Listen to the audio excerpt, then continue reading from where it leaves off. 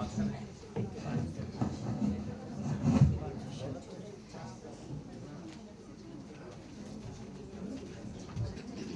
হয়েছে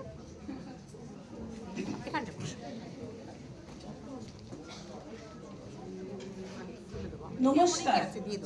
আমাদের নিবেদন কবিগুরু রবীন্দ্রনাথ ঠাকুরের খেয়া কাব্যগ্রন্থের কবিতা কৃপণ।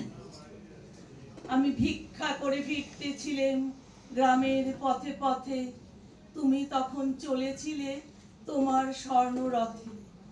অপূর্ব এক স্বপ্ন সম লাগতেছিল চক্ষে মম, কি বিচিত্র শোভা তোমার, কি বিচিত্র সাজ।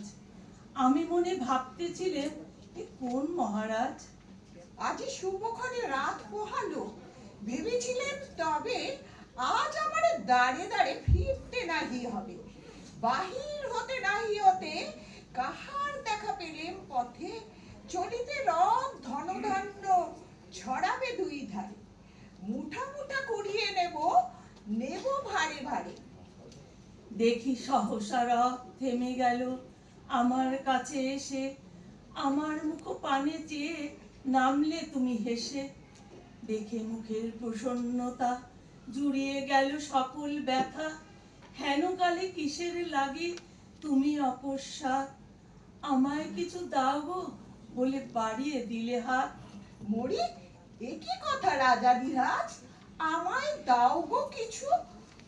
শুনে ক্ষণকালের তরে রইনু মাথা নিচু।